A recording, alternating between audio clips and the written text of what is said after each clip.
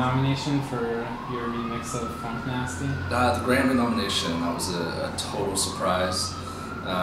Actually had no idea that nominations were happening or that I was in the pool for being nominated. Somebody just hit me up on Twitter and said congratulations on the Grammy nomination. So right, because you had a pretty funny reaction towards it with your tweet. Yeah. Just saying that you were surprised that they selected a song that was so old. Well, I mean, yeah, it was a remix that was done 3 years ago, I think. And right. Basically, what the guy did, the guy I remixed, was he just did a basic re-edit of it, like re-edited the structure, and that made it applicable for this year's Grammys. So it's a 3-year-old remix, but... So nobody from your management team or anybody notified you as kind of like a fan on Twitter? No, it was a fan on Twitter that just said congratulations, and then I went to the Grammy site and checked it out, and there it was. And yeah, I mean, to be honest, it kind of bums me out because there's so many other remixes I've done since then that are so much better than that. That was one of the first ones I ever did as Wolfgang, and it's just, I mean, to be honest, it's pretty pathetic compared to most of the stuff that I'm doing now. So the politics of how that happened and why that happened and why that got chosen kind of bother me, but I'm grateful for the nomination nonetheless. Cool. Because the International Dance Music Awards too, you had kind of like an issue with it as well. Yeah, just the way they categorized the genre and stuff. Yeah, and I'll say it again, I'm always grateful to be nominated for that kind of stuff, especially 3 nominations for that was awesome and made me smile when I saw it. But newcomer DJ, like that, I don't fit in that category. Like I've been doing this, or was a breakthrough DJ. I guess I can kind of see, because maybe this was like the year that I broke through, but I don't feel like it was. I feel like that happened earlier. Sure. And then sort of the genres were messed up, and then they did Best North American DJs, but some of those guys actually don't even live in America anymore. And I just didn't feel like the categories were properly selected. And I don't know, some of the tracks, or one of the tracks that got nominated, it wasn't the track that should have gotten nominated. You know, there was what better. Was the track for? I'm not even going to go there. But it's political. These lists are very political. It bothers me, but whatever. I'm grateful. Thank you.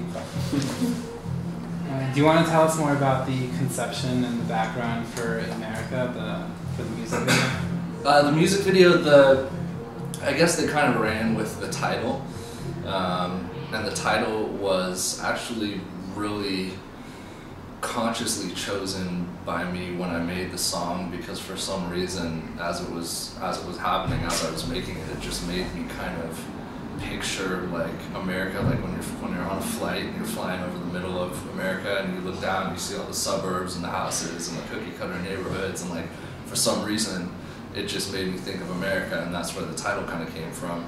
But then Ill America, the double entendre, the play on words, ill being dope, ill also being sick in a bad way, and the person who made the music video just kind of ran with all of that and made it like this trip through American history. So I feel like they sync together really well, and the music video represents the track extremely well. So cool. Yeah.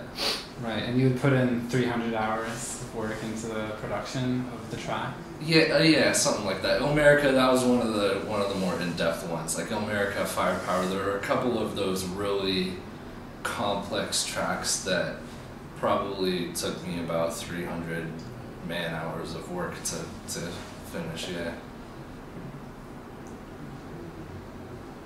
Alright, now you're an American-born DJ, and you're really one of the only big electronic dance music DJs who is American nowadays. Now, do you feel like that influences the way people receive you in public, or the way that European club owners treat you in any way? It's hard to say. It's really hard to say. I haven't toured Europe as much as I've toured North America recently. I mean, I've been over there a number of times last year, and I will a number of times this year. The scene is so much different over there. The clubs are different.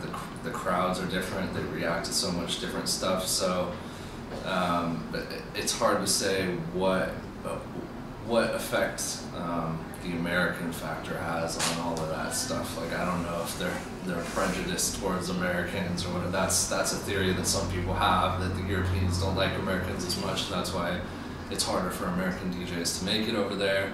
I don't know if there's any truth to that. It's just such a completely different market and a completely different scene over there that you don't know what the cause of that is. I mean, I love playing over here, but you can have a good time in certain places over there too. Right. What about like with fans? Because now, like as he was saying, with you being from America, a lot of this stuff's coming from Sweden. A lot of it's coming from Holland. That's like where a lot of the big room DJs are really having their success. So do you think, like, if Laid Back Luke comes out with the track, he gets like that instant credibility? Same thing with any of the guys from Swedish House Mafia. I feel like there's a major disadvantage to being American in the dance music industry. Yeah, definitely.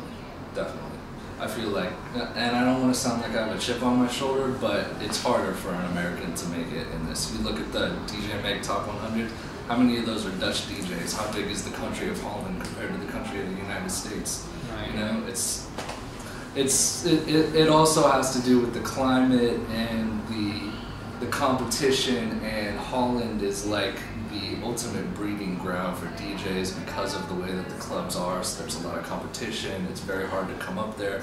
So the reason that there are a lot of these Dutch guys in this list is because they've had to go through a lot, and it's a very difficult country to make it in as a DJ. I'm just using the Netherlands as an example, but I feel like, yeah, it's a lot harder to make it globally as an American than it is any other country, except for Australia. The Australians have it just about as hard as we do. Yeah. So what drew you towards your current name that you have? I just wanted a German alias. Okay. And, yeah, because you kind of, when you did do the name change, you kind of, it was like anonymously, where you kind of went like a while without anybody really knowing who. Yeah, I mean, I was just doing a different style before, and I switched over to electro, which is pretty different from what I was doing before. So I wanted to have a different name, obviously. You know, didn't want to just confuse people and keep releasing music under the same name. And I've always loved using aliases anyway. Like, I had a ton of them before anyway, so it was just kind of the obvious choice. What are your thoughts on blogs in today's dance music atmosphere? My thoughts on blogs in today's dance music atmosphere are completely and constantly changing based on, it just depends on the blog. Are they giving away my music for free and not saying anything about it? Or are they just like posting a list of 500 tracks that they just downloaded from Beatport and giving them away for free? Fuck you, if that's what you're doing, fuck you. If you're a blog and you're like you're giving my music away for free, but then you're writing this big write-up on it and talking it up and how much you love it and you want to expose people to this music so much, and you know some of them don't have the money to afford it, then I can kind of understand it. I mean, you're still taking money out of my pocket, but I can understand it, and I don't really have any animosity towards those types of blogs. But the ones that just list it all and give it away, fuck that shit, man. That's not a blog. That's just somebody. Right. That's just somebody stealing my music and taking money out of my pocket. Are there any blogs that you regularly check? Because there's some DJs that are like all about blogs, and then there's some that like. If I ever go to a blog, it's probably Hype Machine, because I'm so dumb. That's the only one that I actually know of. But I buy pretty much everything on Beatport, or just get it as promo. I don't really look on blogs for music. Right. That's interesting that you brought up the Hype Machine, because you're really one of the only, well, not the only DJ, but that's when I discovered you, was on Hype Machine, and I think it's like an unusual avenue to find like this particular genre on Hypo. It's more of like the indie scene. Exactly. Yeah. So I just wanted to get your thoughts on, like, being one of the artists that get featured on that pretty regularly. There is a lot of dance music represented on Hype Machine, a lot of the same type of stuff that I do, and yeah, a lot of it is indie. But I mean, I don't know. It's the same issue as before. Some of those links lead to blogs that are just giving it away without really talking about it, just giving it away for free, and some of them are, but on the flip side, that if that's how you found out about me, then maybe maybe you wouldn't know about me, and maybe you just paid a certain amount to go to my show tomorrow, and that's paying me, you know. So it's like the blogs help in a way, they hurt in a way. That's why I say my opinion on them is constantly changing. But I will always say, if you're just listing a bunch of links and not saying shit, fuck you, stop.